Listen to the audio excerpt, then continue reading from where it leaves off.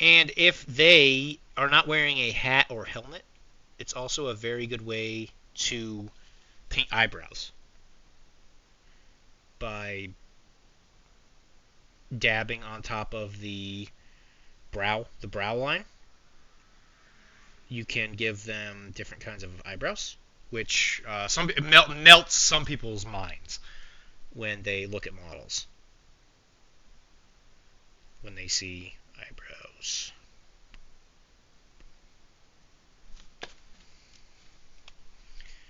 Dab, dab.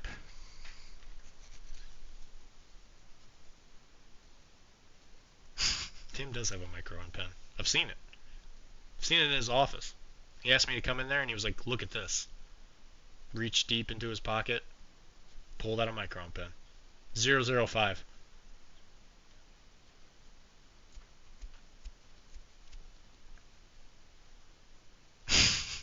Dab, dab, dab. And there you go. So that's how you do that. So now, if you really want to make a face look good, you take something. You could take any kind of gray. Nope. What are you talking about? You have a micron pen because your kid's an artist.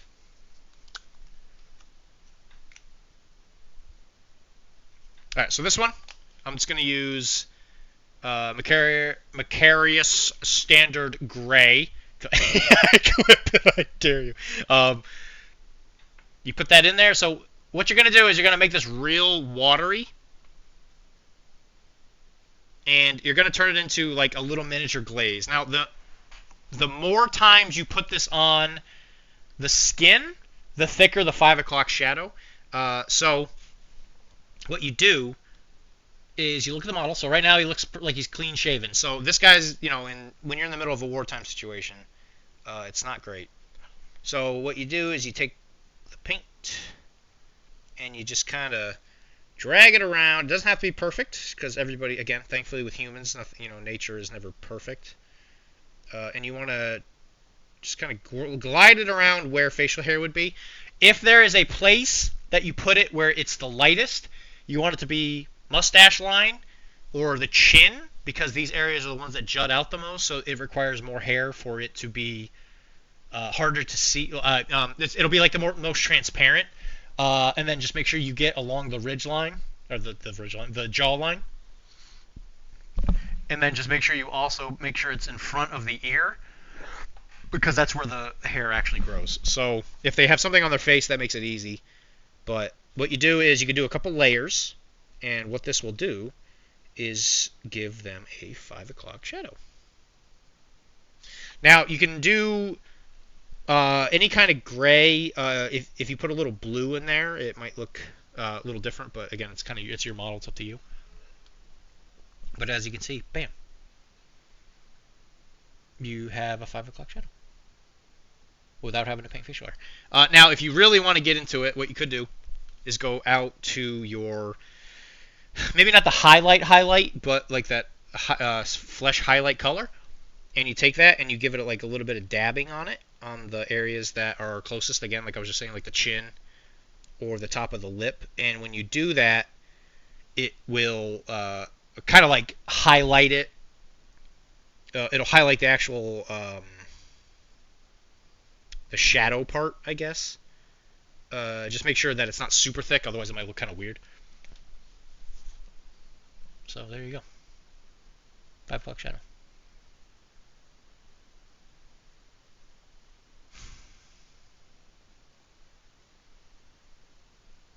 You don't know how to clip stuff. It's not that hard. What is the clip thing? It's like one of those little things the directors have, the clicker, the thing they do between to like do the the different takes. We have a new pinned message in chat.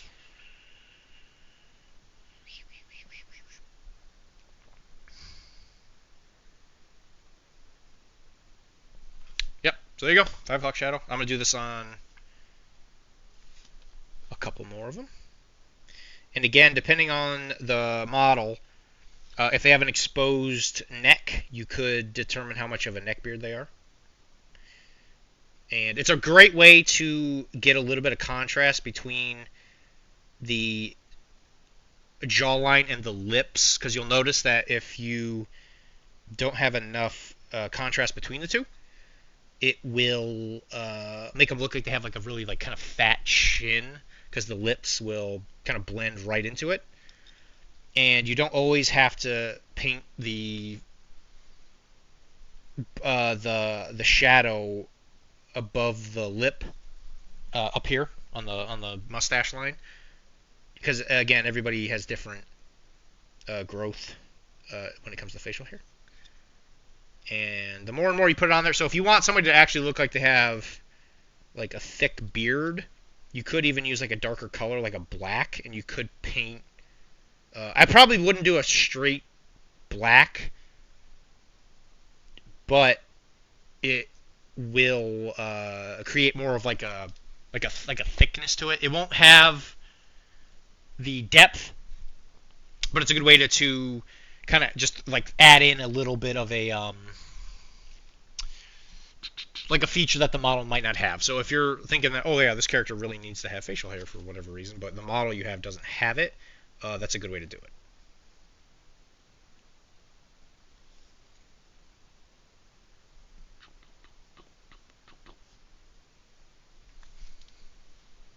And I won't put it on the medic. I'll put a little bit on the medic actually.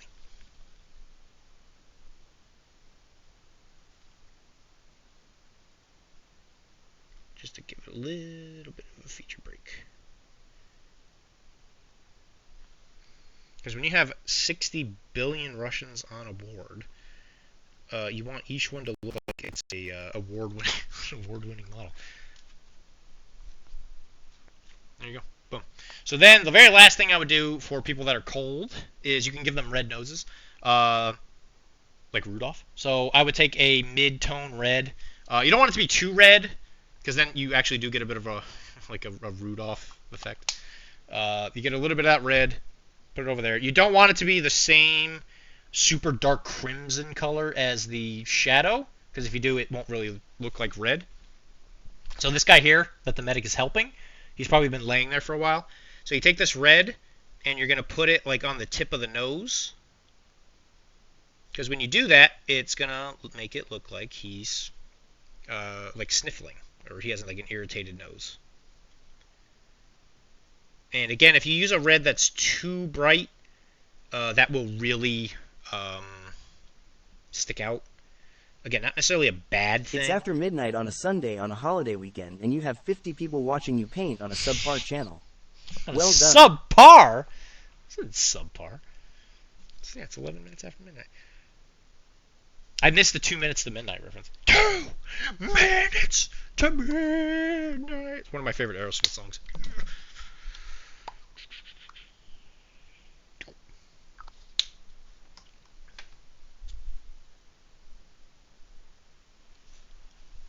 Thanks, Tim. And you can also put it on the cheeks, because again, that's an area of the skin that would get a little irritated by the cold.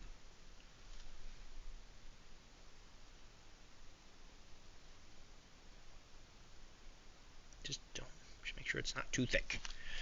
And again, you'll get something like that. And if you feel like it's a little too red, you could take the flesh tones and you could tone it down a little bit just to kind of blend it all in, which I guess I'll do. Because I think it came out a little too bright. And just kind of, stipple that color on there. And then, boom. It looks like he's freezing. Looks awful. Glad I'm not there. So again, I'll do it on the guy on the radio. Take a little bit of that red. Put it on the schnauzer.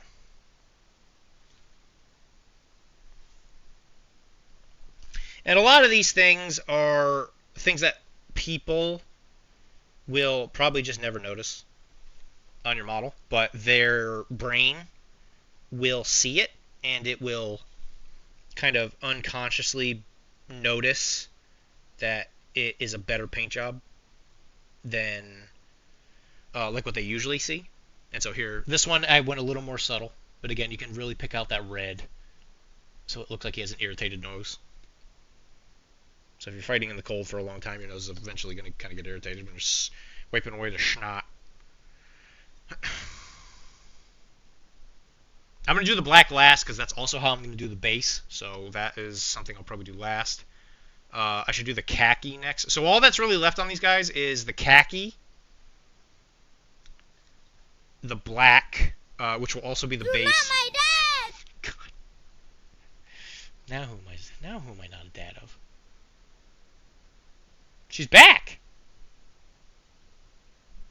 Jeez, she came all the way back just to tell me. Oh, jeez, thanks, Alyssa. Jeez. Shush. Yeah, so we're gonna do the khaki color. So actually, first I'm gonna go to the bathroom actually, because I've done a lot of drinking. So I'll be right back. All right, stay tight. I'll be gone probably maybe 5 minutes. I'm gonna switch shirts out. It's hot. It's hot. This one. Today, where we interviewed Tim Simpson and Mike Tisdale, some of the head TOs that have been there the longest outside of Charles. Those are the three that did MCP the first year, and they've been there every year since at Adepticon. Nice. So we had a great talk about that, talked about the new venues, how the events went, and what we're excited for. It is you! That's me. That's you. What's up, Tim Simpson? All right.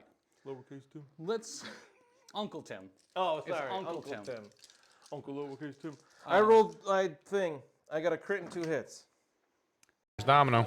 Gotta love her. Domino. Orders usually in 30 minutes. Bullseye's You get down. 10 pizza points every time you play her. Domino is definitely a X-Men wine mom. Oh, 1,000%. Yep. Baron Zemo. Bullseye down there at the bottom of the board for Sooner, and then he is going to place his Deadpool right on top. Deadpool. And there's Cable, hanging out with his best friend, Baron Zemo. I look like a spook. Or the chin, because these areas are the ones that jut out the most, so it requires more hair for it to be harder to see. It'll be like the most transparent. And then just make sure you get along the ridge line, or the jaw line. And then just make sure you also make sure it's in front of the ear, because that's where the hair actually grows. So if they have something on their face, that makes it easy. But what you do is you can do a couple layers, and what this will do... To Peter Quo. I'm going to go tinkle and make a new beverage. And I'll be right back. What can we afford? Anything? Not really. Okay. I'll be right back soon. Hey Tim, I was looking forward to how great this great stream was going to be since we continue to find ourselves in this position of greatness where you play a game that the rest of the great world has given up on. To celebrate, I bring a joke. Walking home last night, I passed a slice of apple pie. Sooner, putting another W under the belt. Yep. Got to thank the person that is shackled in his basement because he's given him all the practice he could possibly need. Yep. This is incredible. What an upset. Who's playing, bro? Just got here. Brian Freddy, hey, by the way, thank you for joining the Patreon, dude. That was very nice. I really appreciate that. Thank you. We have Pat from Afrado's Size 3 Taco Truck playing X-Force for Nathan's Angels, and we have Sooner from Grip It and Rip It. Pincushion's 5. Yeah, but he rolled 4 dice and crit, so Well, that's because you have been a throwing knife. You get right? to you get to make a throwing knife after you do the attack. Gotcha. So that was the follow-up. Yeah. Okay, I'm back.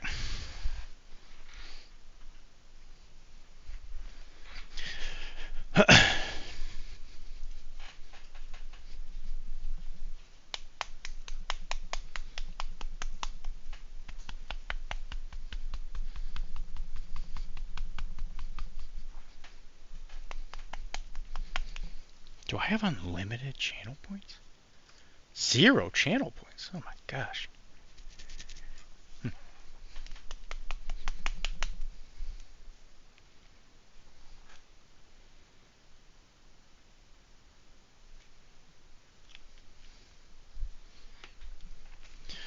play copyright-free music?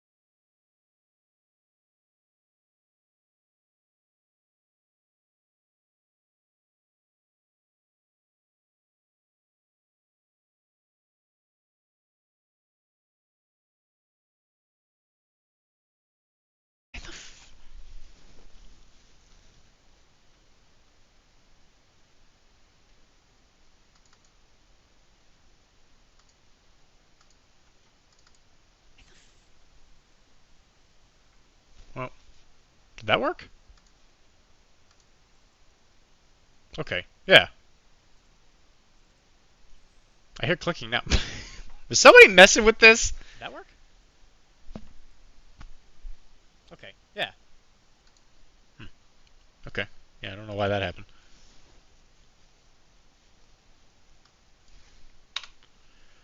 Yeah, thanks. Yeah, I'm a genius.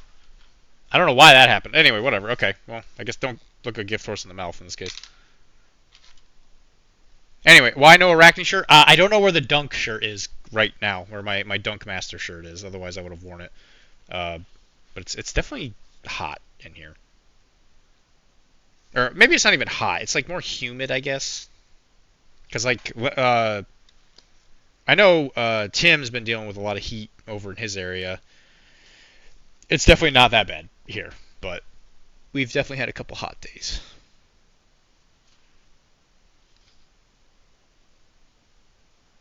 According to like Massachusetts heat, that is.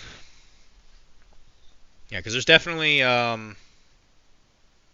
no loss of love for me moving out of Florida, because there it was hot as Satan's butt pretty much almost every single day of the year. And it was not fun. I'm thankful every single day I wake up here that I'm not down there when it comes to like the heat. Up here I can actually feel like I can breathe, which is real nice. I didn't know I said gimp, but also don't do that. I'm gonna have like a have a horse with like a ball and gag. It's the horse from Ren and Stimpy, where they try to like sell like rubber nipples or whatever. I did say gift. Okay, just want to make sure. I don't want to get PCN canceled, but that definitely did happen in Ren and Stimpy. That did actually happen. That was a very creepy episode where they come up to the door and they're like, "Do you need any rubber nipples?" And he's like, I don't know. Let me ask. And he pulls a walrus out who's like in a gimp suit or whatever. He says, call the police. Sharing an anecdote. Well, listen, anecdotes are fun, but if I ever ask, I would rather you give me an anecdote than the anecdote. How's that sound?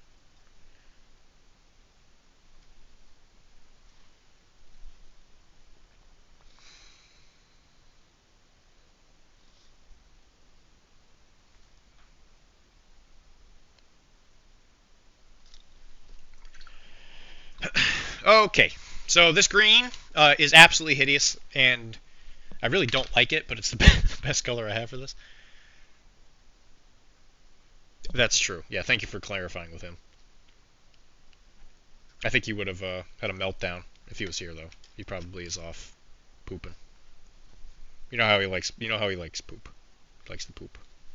He does it every day.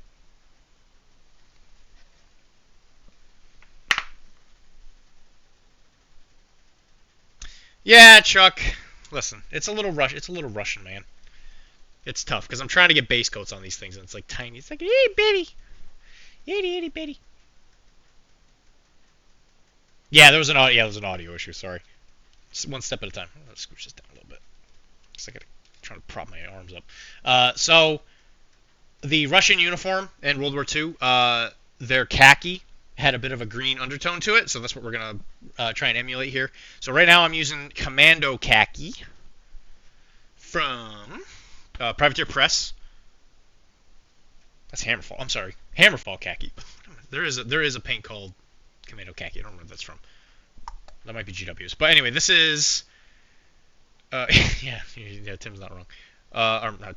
Tisdale's not wrong. So Hammerfall khaki is probably one of the few Privateer Press paints that I still really do use. I'm gonna mix it.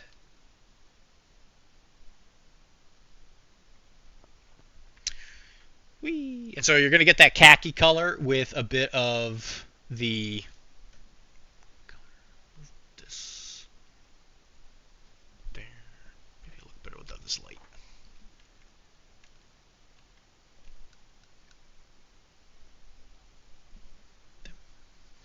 better?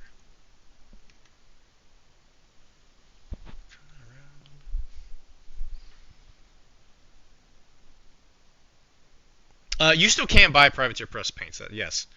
It's probably one of the things that sells the most from Privateer Press.